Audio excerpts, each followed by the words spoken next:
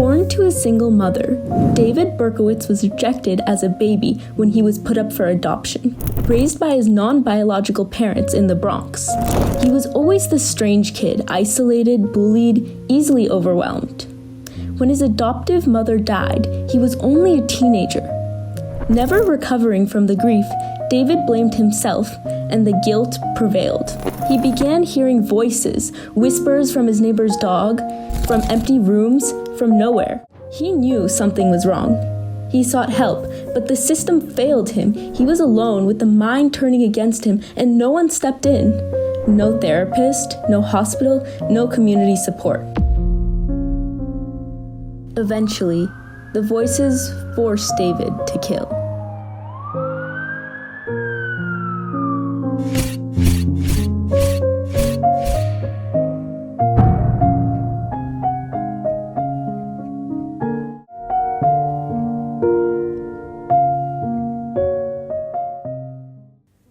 Mental health struggles, bad decisions, incarceration, homelessness, recidivism. This is a vicious cycle, and it all starts in the brain. Why do so many people get stuck in this pattern? Could the challenges of a complex brain be the reason for criminal behavior? Do we have an ethical obligation to treat people, preventing them going back to prison? What can we do to change this cycle? Let's explore one of society's hardest questions through the lens of neuroscience and neuroethics. Imagine your brain is like a very complicated computer with different parts for different jobs. Studies have shown that the front of the brain, called the prefrontal cortex, functions poorly for incarcerated individuals. This is the area that helps people make good decisions, plan for the future, and control impulses.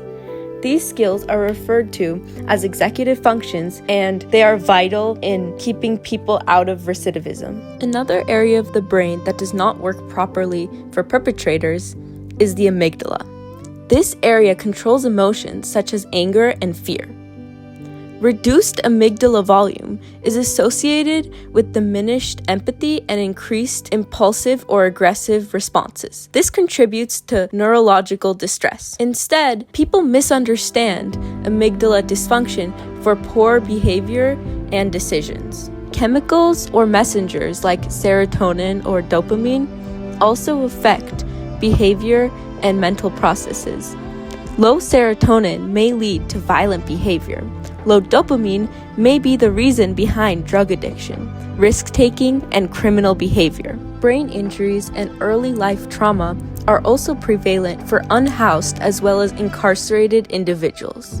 This changes how the brain processes emotions. As you could see, it's a complicated picture.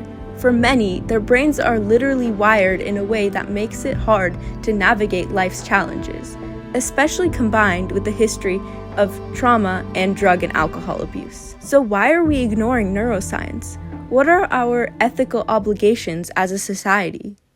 What were the biggest limitations of the inpatient system in helping people recover long term? The biggest limitation was not of the inpatient facility, was having the resources as an outpatient, having the social workers, case managers to follow up with the patients closely once they're discharged from the facility.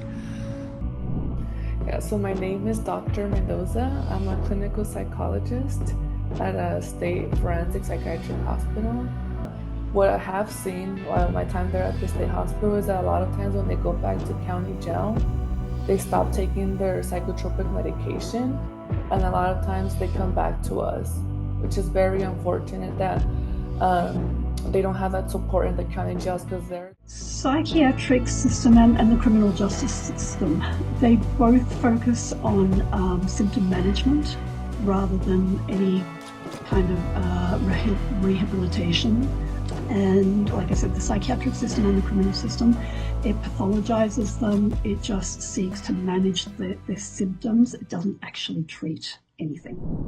If you have received different kinds of support or mental health care earlier, do you think your life would be different now? Yeah, Yeah, that's definitely. My name is Officer Pinamonte. Again, I want to emphasize that we are not medical professionals, and we are not the people that can diagnose or treat them. All we do is just respond to when they have episodes. There needs to be a shift, really, from crisis management, which is what all they're really attending to at the moment, over to long-term healing. Crisis management, where we're looking at this person is wandering the streets and yelling at people or is dangerous, he's obviously highly symptomatic. And so they're just trying to bring those symptoms down. It usually involves a lot of medication.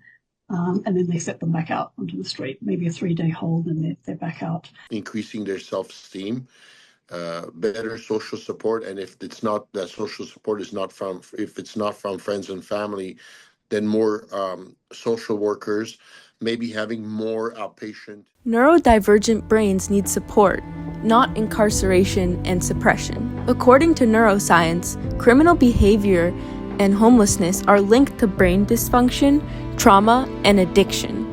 It is our ethical obligation as a society to help people break the cycle by providing support and making it easier for them to join society. We have the scientific evidence. Now, we need to respond with care, not punishment.